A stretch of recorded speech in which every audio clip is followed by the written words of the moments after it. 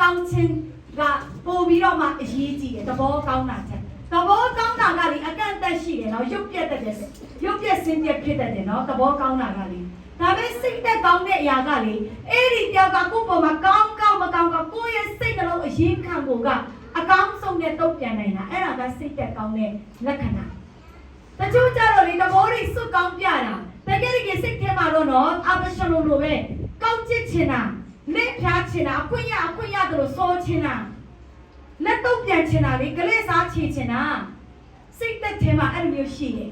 နော်ဒါကြောင့်စိတ်နှလုံးသားကောင်းစားတဲ့သူကပဲအရာရာမှာကောင်းစားမယ်ကျမ်းမာခြင်းရှိမယ်လို့ကျမ်းစာကဂတိပေးရတယ်နော်ဒါကြောင့်ဒီနေ့ကျမတို့အာဘရှလုံကဲ့သို့မဟုတ်ပဲနဲ့နော်အာဘရှလုံကအပေါ်ရမှာအရန်သဘောကောင်းတယ်အပေါ်ရမှာလို့ပြတယ်နှိမ်ချပြတယ်အပေါ်ရမှာသူတို့ဘာရဲ့အခက်ခဲတွေဘာလို့ပြတယ်နားထောင်ပြတယ်တကယ်တကယ်သူ့အတွင်းနှလုံးသားကဘာလို့တာလဲသစ္စာဖောက်တာပုံကန်တာသွေးဆောင်ခြားရောက်တာအဖေတို့ပုံကန်ပြီးတော့မှတိုင်းပြည်အာဏာသိမ်းတဲ့ချိန်နော်အရေးတော်ပုံကြီးကိုဖန်တီးသွားတဲ့သူဖြစ်တယ်။ကောက်ချစ်တဲ့သူဖြစ်တယ်။ဒါကြောင့်ဒီနေ့အာဘရှလုံကဲတော့စိတ်သက်ရှိရင်ဒီနေ့ကျွန်မအတိတ်တပံပြုပြင်ကြစို့။အာမင်။စိတ်နှလုံးသားထဲမှာကောက်ချစ်တဲ့အရာတွေမင်းညစ်တဲ့အရာတွေသူတို့ကတော့မနာလိုတာတွေစိတ်ထဲမှာမကျေနပ်တာတွေနော်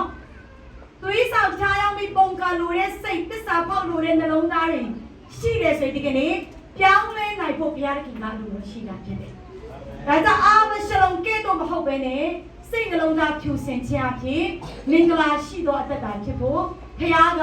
အလိုတော်ရှိတယ်ဆိုတာကိုနှုတ်ဘတ်တော်အဖြစ်သွန်သင်ထားတာဖြစ်တယ်။